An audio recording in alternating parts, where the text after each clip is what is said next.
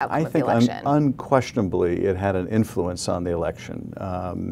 It influenced the election by millions and millions of Americans seeing Russian content on social media pushed out by the Kremlin.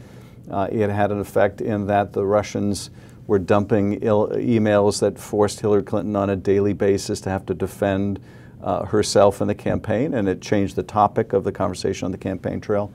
But again, the very best proof that the Trump campaign viewed the Russian interference as influential is the fact that the president used it as a central part of his campaign speeches on a daily basis. Council. I think he's talking about a couple of Senate bills that are out there that would put some, if passed, would put checks in place to try. And the single greatest impediment to getting to that consensus is the President of the United States, who refuses to admit it even happened, who to this day calls it a hoax and a witch hunt.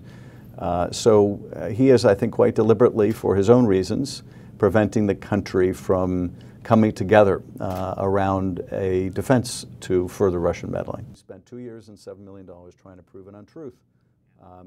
Well, now we have a new untruth. First, it was apparent right from the very beginning of the hearing that what Carter Page had been saying publicly was completely at odds with what he would later testify to, and the documentary evidence that we were already in possession of. So publicly, even up to 2 days before coming before Congress, he was saying that when he went to Russia, it was as a private citizen. He had no meetings of any consequence. It was basically talking to your man on the street.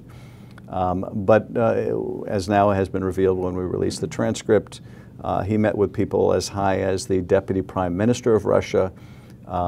Which he's denied previously. Which he denied previously. Even at the very beginning of his interview, I asked him, did you have any private conversations, any private meetings with the Russian government officials? No, absolutely not. But he sends a memo back to the campaign, which in itself is significant because he was claiming this was a private trip. Sends a memo saying that in a private conversation, basically, that I had with the Deputy Prime Minister and others in the presidential administration and members of the Duma, I gained important insights and outreach that I want to share with the campaign, completely at odds with what he'd been saying publicly.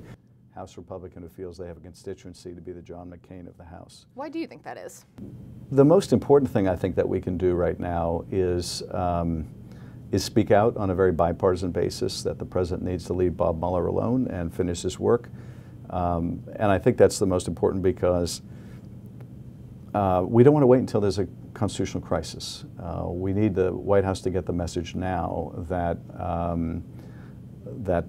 there will be a dramatic pushback should he try to fire Bob Mueller. Political ads that were finally released and counsel for some of the tech giants were brought. Probably the lowest hanging fruit is we're going to require that the tech companies, when they do political advertising, carry the same kind of disclaimer that other media are required to carry. So a paid ad on Facebook is going to need to disclose that it was paid for by what campaign and the candidate endorses the message. They were a carve-out. They're not going to be carved out anymore. A promise of dirt. And to the degree you can believe what people in the meeting are